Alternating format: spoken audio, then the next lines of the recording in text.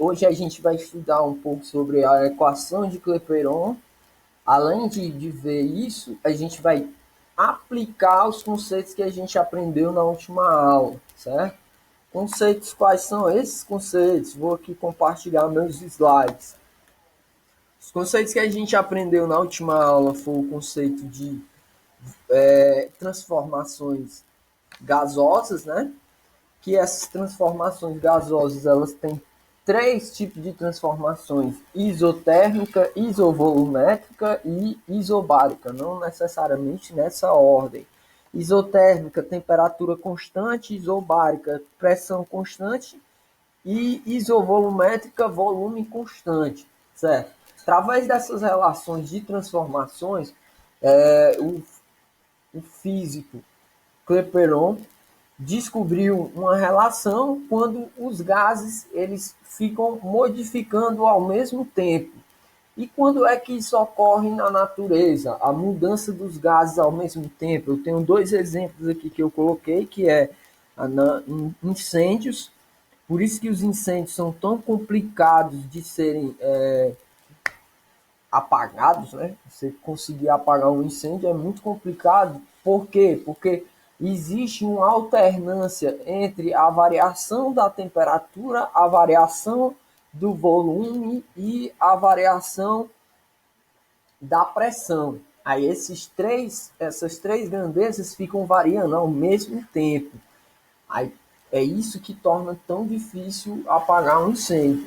Outro exemplo aqui que também tem no livro de vocês é a carabela portuguesa, que é a Physalis, que é o nome científico dela, que é um organismo marinho, né? Um organismo marinho que ele se utiliza para a flutuação de uma bolsa, onde essa bolsa acumula um ar e monóxido de carbono. Ou seja, ela se movimenta através da variação da temperatura, ou da variação da temperatura e da variação da pressão retida dentro dessa bolsa. Ok? Isso daqui são aplicações da nossa equação de Clapeyron. Mas, por definição, o que é a equação de Clapeyron? A equação de Clapeyron foi desenvolvida por esse cara aqui, né? Henri Clapeyron. Relacionar as três variáveis de estado, como eu já falei, que é pressão, volume e temperatura, com a quantidade de partículas ou número de mols que compõem um gás. Aí, certo, beleza. A quantidade de partículas na física e na química é chamado de número de mols. Mas o que é mol? Isso daqui vocês estudam na química, mas eu vou explicar aqui rapidamente para vocês. Mol e número de Avogadro. Mol é um número de Avogadro. Avogadro por quê? Foi o químico que descobriu o número de mols, né? Que fez a definição do número de mols. Qual é essa relação? O número de mol de um gás é dado pela razão entre a massa do gás, certo? A massa do gás e a sua massa molar. Aí, o que seria a massa do gás? Aí aqui eu trouxe três exemplos para vocês. Três bexigas cheias de gás, cujo a primeira, em azul, ela possui gás hélio, a segunda possui gás oxigênio e a terceira N2, né, que é nitrogênio. Vamos lá. Eu tenho que... Opa, deixa eu ver aqui que eu sem querer passei aqui os slides. Eu tenho que esses três gases, ó, o que é interessante a gente observar? Eles possuem o mesmo volume, 22,4 litros, todos três, só que por fato da quantidade molar ou do número molar deles, você percebe, ó, um mol cada um possui, mas a quantidade de massa se diferencia. A quantidade de massa aqui, ó, é qual? Deixa eu voltar aqui que eu sem querer taquei o dedo aqui no mouse de novo. A quantidade de mol do hélio é quanto? Quer dizer, a massa do hélio é 4,0 gramas de hélio, aí a quantidade de massa do oxigênio é 32 gramas e a quantidade de nitrogênio 28 gramas.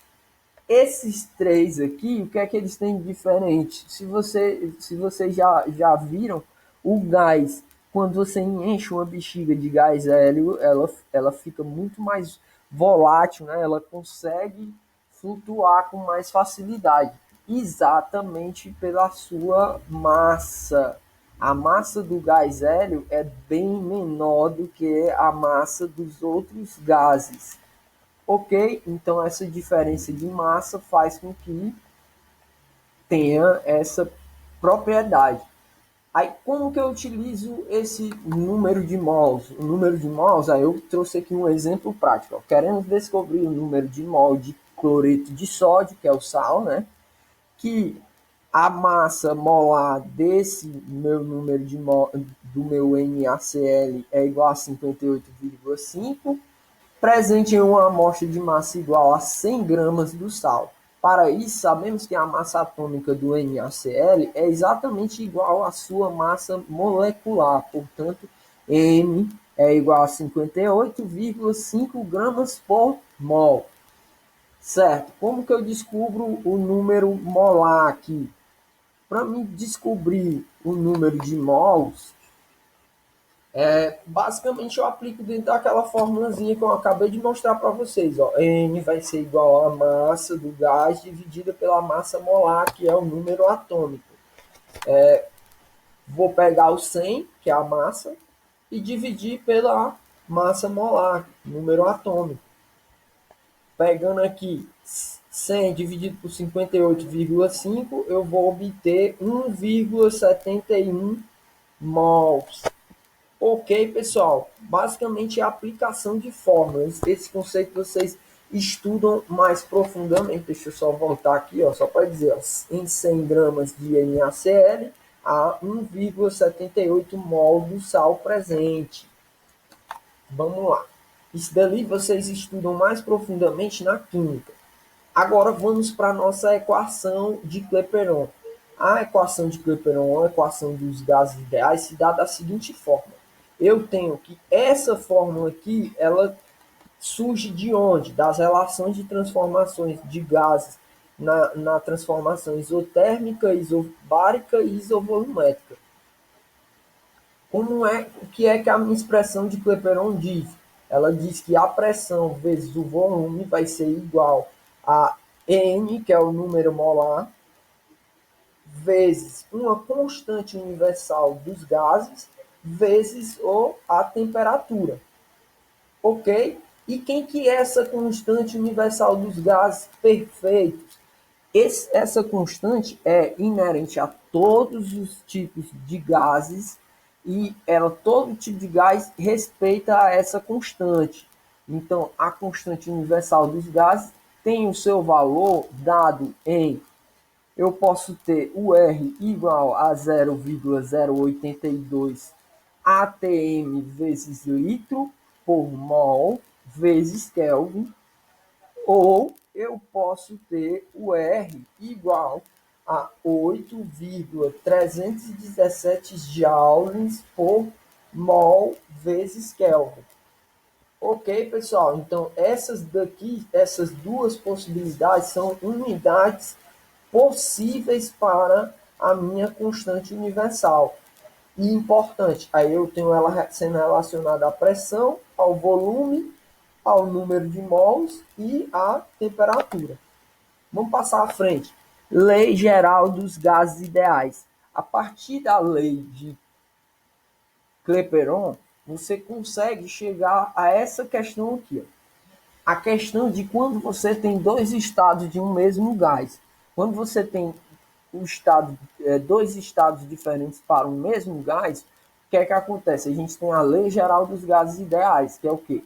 Se eu tenho um gás em um estado inicial, que é uma pressão 1, com uma pressão com volume 1 e uma temperatura 1. A partir do momento que eu altero essa configuração, eu vou ter que a pressão vai ser a pressão, uma outra pressão, o volume, outro volume e a temperatura, outra temperatura, certo? Então, vou ter pressão 2, volume 2 e temperatura 2. Trazendo essa configuração aqui, a gente pode relacionar ela trazendo nossos dados P1, V1, T1 e P2, V2, T2, trazendo para dentro da equação de Clapeyron, a gente tem ó, P1 vezes V1 vai ser igual a N vezes R, que é uma constante, vai ser sempre o mesmo para todos os gases, vezes T1. Apliquei na fórmula aqui e eu quero, como N, que é o número de mols, como é o mesmo gás, vai ser o mesmo nas duas situações, aí N e R também vai ser o mesmo, eu vou isolar esses dois termos, passando o T para o outro lado, aqui ele está multiplicando, vai para o outro lado dividindo, vai ficar N vezes R igual a P1 vezes V1 dividido por T1. Fazendo o mesmo com a segunda configuração, a gente tem P2 vezes V2 dividido por T2. Se eu pegar aqui como N vezes R é igual a N vezes R, a gente pode igualar as duas expressões e teremos uma expressão única, que é P1 vezes V1 sobre T1, vai ser igual a P2 vezes V2 sobre T2. Isso daqui nos dá uma relação chamada Lei Geral dos Gases Ideais, que é exatamente essa expressãozinha aqui de baixo. Vamos aplicar a equação de Clapeyron na prática aqui. Determine o volume molar de um gás ideal cujas condições estejam normais, ou seja, a temperatura a 273 Kelvin e a pressão a 1 atm. Vamos aqui, separando os dados, que é importante. Ó. Separando os dados, substituindo os valores dados na equação para calcular o volume do mol do gás, a gente tem o seguinte. Eu tenho que a equação de Clapeyron é essa, pressão vezes volume igual a nRT. Vou agora substituindo. Quanto que é a pressão? Pressão está dita aqui, ó, pressão a 1 atm. Vou colocar 1. Vezes V, que é quem eu quero saber, que é o volume, igual a 1 mol. Por que, professor? Porque ele está dizendo ó, o volume molar. Se ele está dizendo, se ele não diz a quantidade, então ele está tratando que é só 1 mol. Então, eu tenho 1 mol vezes 0,082. Quem que é 0,082? É exatamente o meu Rzinho, que é a constante dos gases ideais, constante universal. Vezes a temperatura, que é 273. Aplicando os valores aqui, fazendo as nossas multiplicações, ó, 1 vezes V vai dar V, 1 vezes 0,082 vai dar 0,82, multiplicando por 273, eu obtenho o valor de 22,4 litros. Então, nosso volume final é 22,4 litros, pessoal. Bem, aqui é uma aplicação básica, como vocês viram aí, as questões, a referência dessas questões e do conteúdo tá no livro de vocês, volume 2, página 109 a 112. Caso ainda haja dúvida, eu aconselho vocês se direcionarem à aula de exercício, pois lá eu vou resolver mais questões e vou abordar mais profundamente essas formulazinhas que a gente acabou de aprender aqui. Ok, pessoal? Espero que vocês tenham entendido. Eu dou aqui por finalizado essa aula.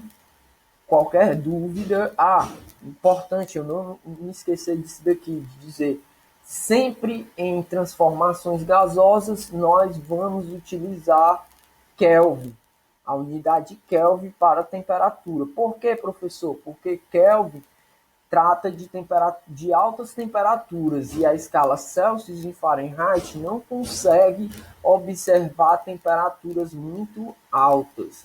Ok? Dou finalizado aqui, agradeço a participação de vocês. Até uma próxima.